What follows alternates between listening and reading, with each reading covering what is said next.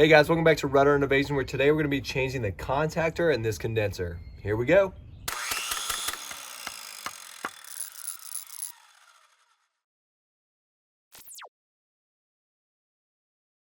You can start by turning your unit off at the thermostat.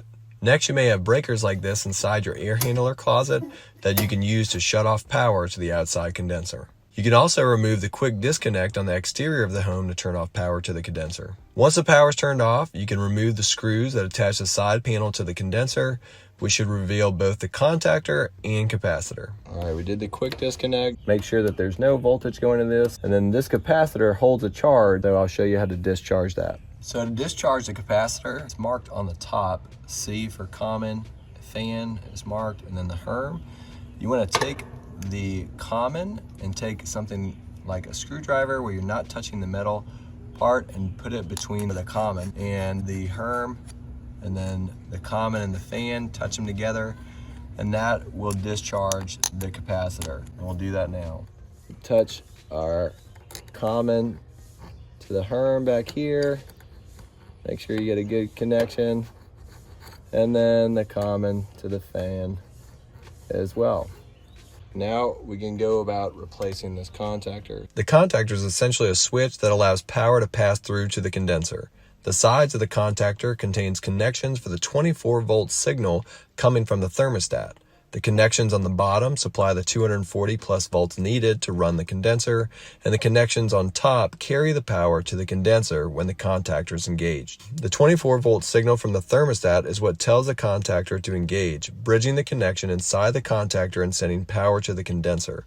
I've been told the full load amps or FLA rating on the contactor should match or exceed the max fuse or breaker details listed on the rating plate of the condenser. If you notice, the existing contactor only had an FLA rating of 32, so I made sure the new one had an FLA rating of 40 to match the plate on the condenser. That being said, the old contactor lasted for 10 years and the breaker for the condenser is only 30 amps, so theoretically it should trip before the contactor fails, though I still wanted it to match the rating plate. Here's our new contactor, and it looks a little bit different than our existing one over here, and they're both single pole contactors, but this one just has a cover that covers it all the way up, but it does look similar to a double pole.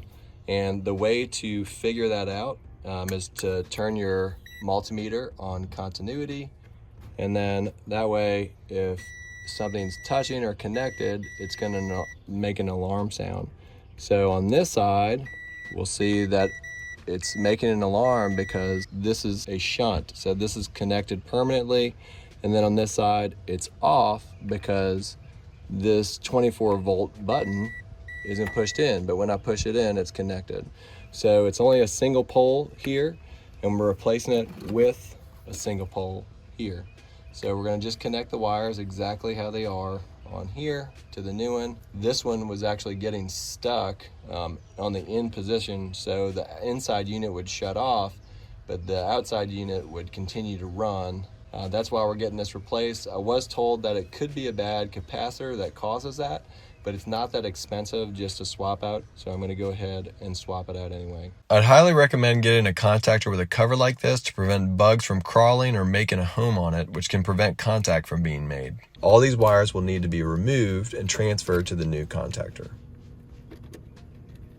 Once you have the wires disconnected, you can start to transfer them to the new contactor. All right, if you notice, the end of this or connection looks a little bit different than these did right here.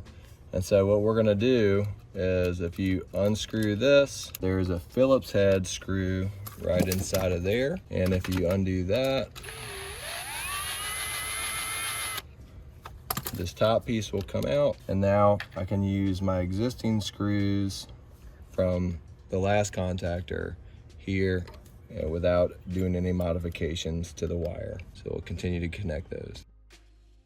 All right, now that we got all the wires from the top connected, I'm gonna take my 8mm and snug it down really tight on both sides. And on this, I'm gonna leave these existing connections on here instead of using the other ones, one because the screws aren't the exact same.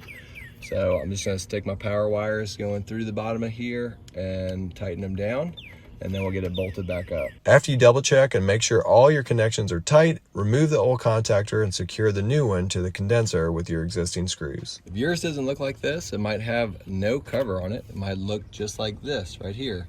We can see that this side is connected, so it's a single pole. Here's our contactor. These little things make contact between this pole and this pole, which gets power from one side to the other whenever it gets sucked in by that 24-volt coil, which is, you can see right here that your thermostat turns it on, so that's how it gets contact. And you can see the contacts are pretty nasty, pretty worn, and that's probably why this thing got stuck whenever we were having to turn on our unit. I tapped it with a screwdriver and was able to break it loose, but that's the reason why we're gonna replace this.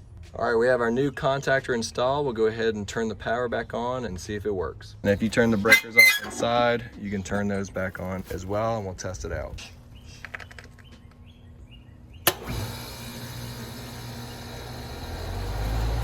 All right, you can see it's working. The 24-volt switch was able to suck that contactor in, kick the unit on, and everything's working good. All right, guys, I hope this was helpful for you. If you have any questions, feel free to comment below. If you like this video, like it. If you're watching on Medium, you can subscribe. Feel free to subscribe. We'll see you next time. Peace and God bless.